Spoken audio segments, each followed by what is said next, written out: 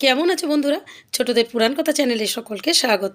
বন্ধুরা, আমার আজকের কাহিনী, কেন রামচন্দ্র নীল পদ্ম দিয়ে পূজা করার মনস্থির করেছিলেন।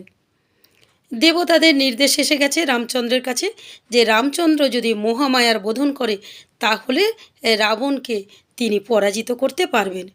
কিন্তু রামচন্দ্র ভাবছেন শরৎকাল তো অকাল, এই সময় তিনি মহামায়ার বোধন কি করে করবেন।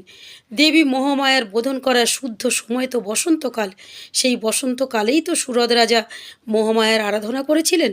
বিভীষণ এবং হনুমান রামচন্দ্রকে বোঝালেন যে দেবতারা যখন নির্দেশ দিয়েছে তখন আপনি পূজা করুন।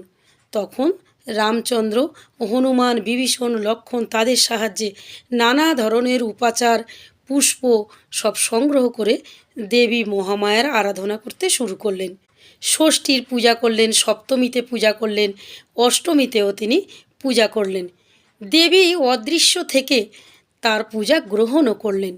কিন্তু রামচন্দ্রের মনে হলো 3 দিন যাবৎ তিনি দেবীর আরাধনা করছেন, দেবীকে তো তিনি চাক্ষুষ করতে পারছেন না। তাহলে কি দেবী মহামায়া তার পূজায় সন্তুষ্ট নন? তিনি কি সীতা উদ্ধার করতে পারবেন না?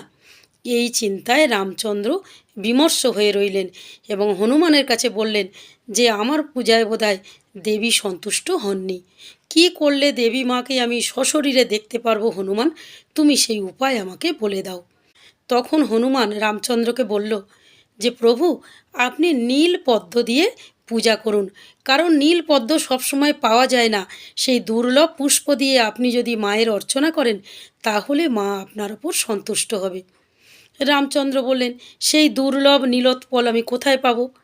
হনুমান জানালো যে মর্তে দেবীদহ বলে একটি হ্রদ আছে, সেই হ্রদে নীলোৎপল আছে।